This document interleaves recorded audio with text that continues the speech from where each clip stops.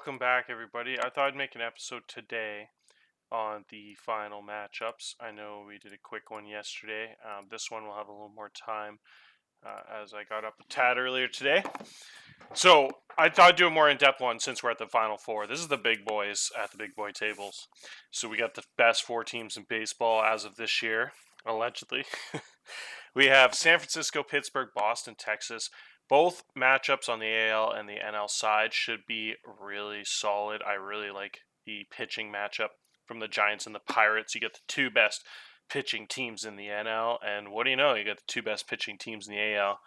Is that a little lesson for everybody? I guess pitching's a little bit important. So, the four best pitching teams in baseball, the differential is not much when it comes to pitching side of things. All four squads are really solid on the starting pitcher side of things.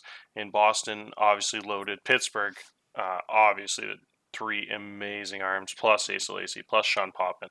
A bunch of just high quality guys. San Francisco has a couple of young guns. I really like their rotation there. Rutledge and Kang and Faedo and Canning. All four guys are low movement guys built for that park. Really good job by that GM. As you can see, he doesn't have any movement above 50, but he builds for big time in his home game. So should be okay this series too, because Pittsburgh also isn't a big home run park, so he shouldn't get burned with that low movement, but you never know. Could be a difference, but he does have that huge stuff to make up for. Everybody in the green, as you can see for these categories, pretty much, except for the last couple guys there. Leto's one of them, so really just the Hader and Ray with 50 and everyone else with plus control, and Hader's is probably a little better than that anyways. Only 8% walk rate, so it's probably close to 55. So, yeah, obviously, as you can see, some really nice arms. Like I said, I haven't talked about San Francisco's a lot. Tang had a huge TCR, and he's turned into one of the better pitchers in baseball. 5.7 WAR, what a monster season.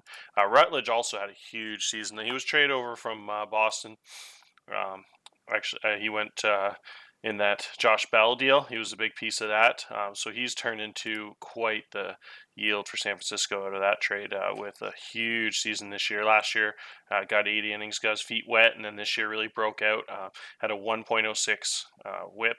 Obviously, really cut down the home runs. Strikeout rate went up a bit. So just pretty much got better at everything. The walks went up a bit, but it's still really low at 5% there. So just an awesome control pitcher. Really good power pitcher with a good curveball, fastball, changeup.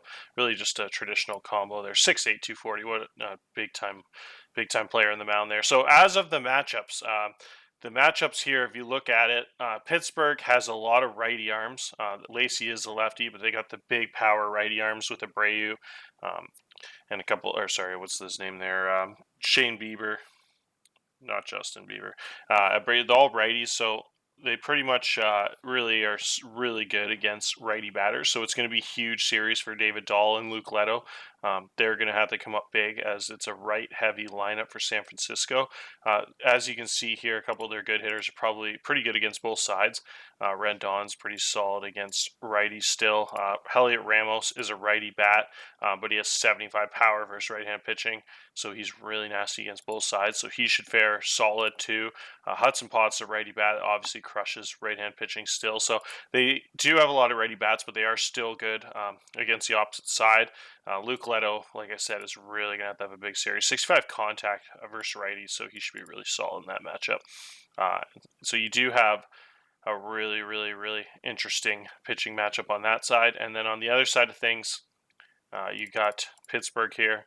Pittsburgh has an interesting lineup. So as you see, same thing with San Francisco. There isn't any... on the pitching side of things, isn't any lefty starters. The only lefty they have is all in the bullpen, but they do have a lot of them. They got Heaney, Ford, and Hader, big-time arms in the bullpen. Jake Latz, too.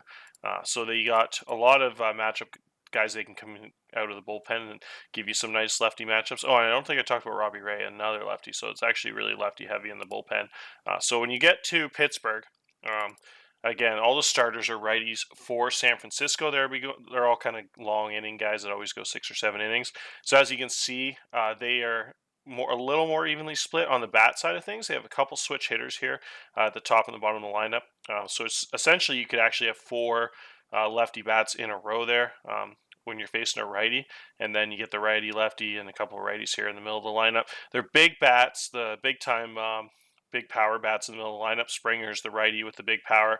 Calhoun's the lefty. Mountcastle has a lot of gap power. So home run wise, they're hitting most of their home runs out of Willie Calhoun, Springer, the big power guys. Martinez actually had quite a few this year too, 24. But you really do get a pretty even split throughout the lineup. Mauricio had 22 as a switch hitter. So it really is a nice balanced lineup for Pittsburgh. They don't have that one like 70 power guy. Calhoun's got about the best ratings on the team with 65 power versus righties, but really they're just solid all throughout. So it's tough to get really good matchups against them. They're just a really solid contact team against both sides of the plate. So I don't think the pitching handedness should come into factor too much. It seems like both sides should be okay against all the righty pitchers. So when you look at these two teams, there's not a lot of big differences. Like I said, Pittsburgh's not too good in the stolen bases. San Francisco is also, so you get a kind of even matchup there. The big thing is San Francisco has a really nasty defense. Pittsburgh's is plus 18 zone range. San Francisco's at a plus 34. So you got two really plus defenses. San Francisco's really stand out, mainly because just the two most important non-catcher positions. They got such good defenders, and Bader there and Leto are both like 75, 70 range guys. So that really, in the middle of the field there, really makes a big difference. So that's the main thing. And obviously, Arenado at third base is so important on defense. So those big three that they have, give them like 90% of that zone range. They're pretty average everywhere else. In left field, right field, they're pretty average. Second base, they're average. First base, they're pretty good. Actually, Rendon's really good defender there. But so really, it's just you get the huge impact defensive positions there that are really, really plus guys.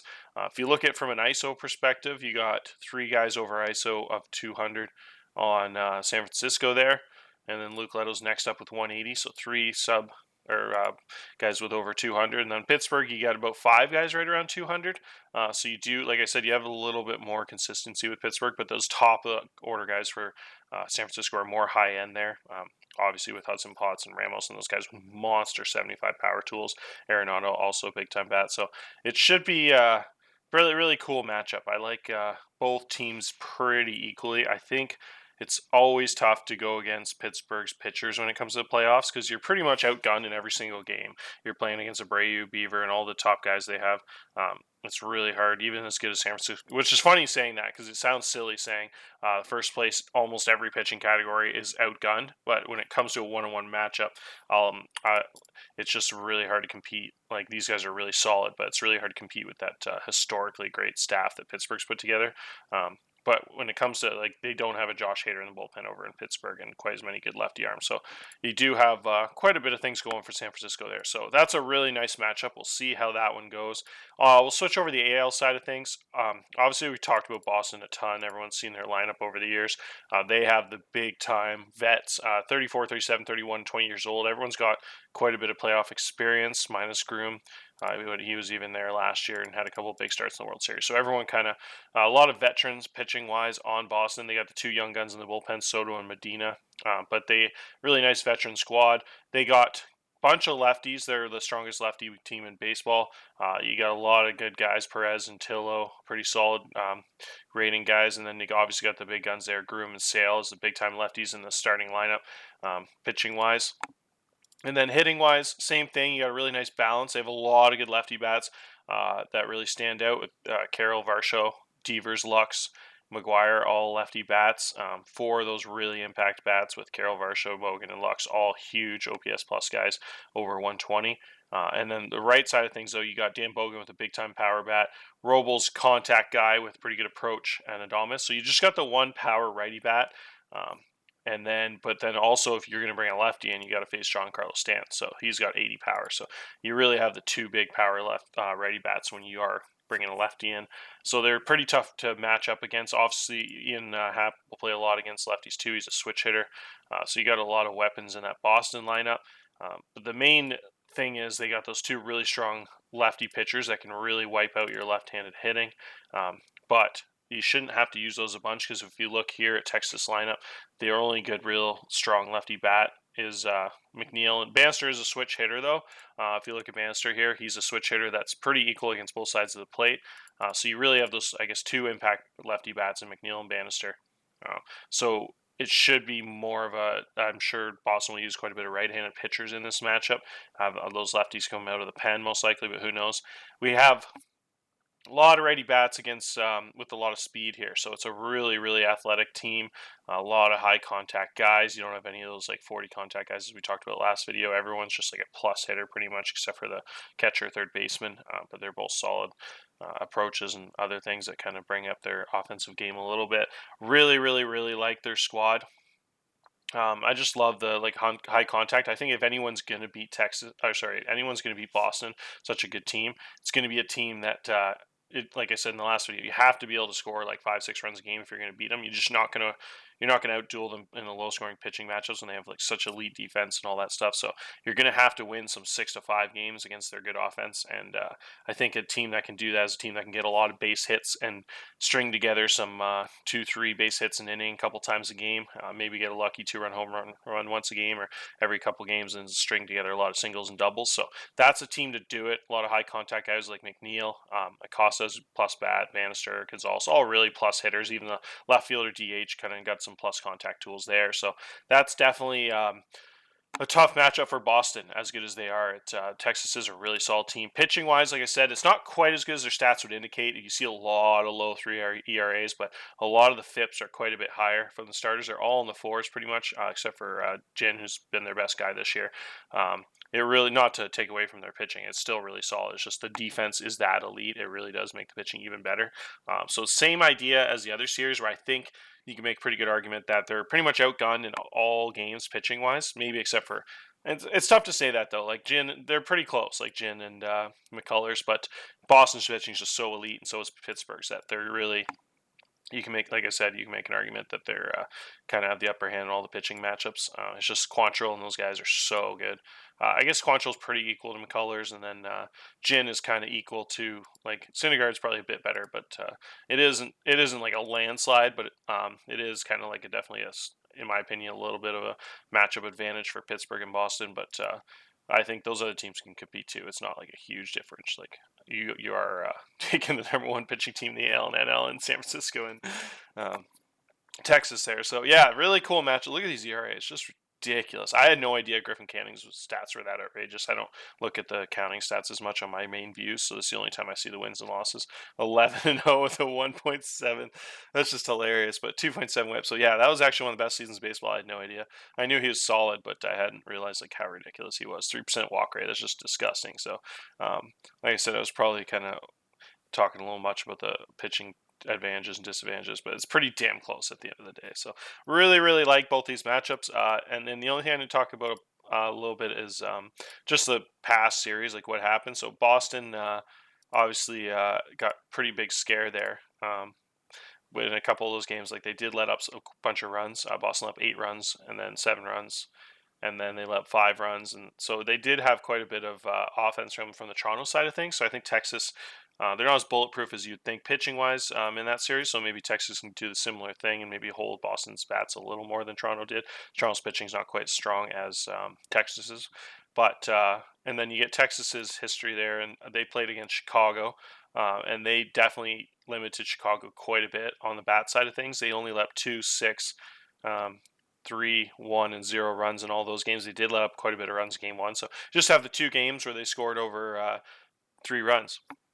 And so they held the bats really well in the rest of those games. That's a really good Chicago offense too. So Texas's defense and pitching really is legit. And obviously they scored enough runs to win. 11-0 was the big game there. Can't get that box score for some reason. But yeah, so it's just a really, really, really interesting matchup. Both those teams got a couple losses in that divisional round, but they both played pretty well overall. So yeah, it should be a good matchup. I can't wait, and I won't make this video too long, so I'll end it here. But I thought that was a nice little breakdown on the two teams and some of the matchups, and I don't think I talked a bunch about Pittsburgh. I'll just add that one last thing in there. Pittsburgh, as you can see, the pitching played really well, especially in those last few games. They only had the one bad game, and they up 9 runs, while the rest, they limited them pretty well, St. Louis side of things. And then if you look at San Francisco, they had a real interesting matchup against Washington. That one went right to 7. It was as close as it gets, 5-4. The huge 1-0 and 5-1 victories. The pitching just again came up just like it has all year. And then you get a close one there in the 12th inning, another overtime game. So real heartbreaker for Washington. I think they probably feel like they let that one slip away, where they had the 3 wins and it's just a 1-0 loss there with the number one offense in baseball. It's always tough to lose 1-0. So it's just a real good series. Two fantastic teams. It's unfortunate one of them had to lose, but San Francisco makes it through. The NL West is alive, the power division. So yeah, that'll be a cool matchup. So we'll do that sim tomorrow. So we'll see how that goes. But that's it for now. Cheers.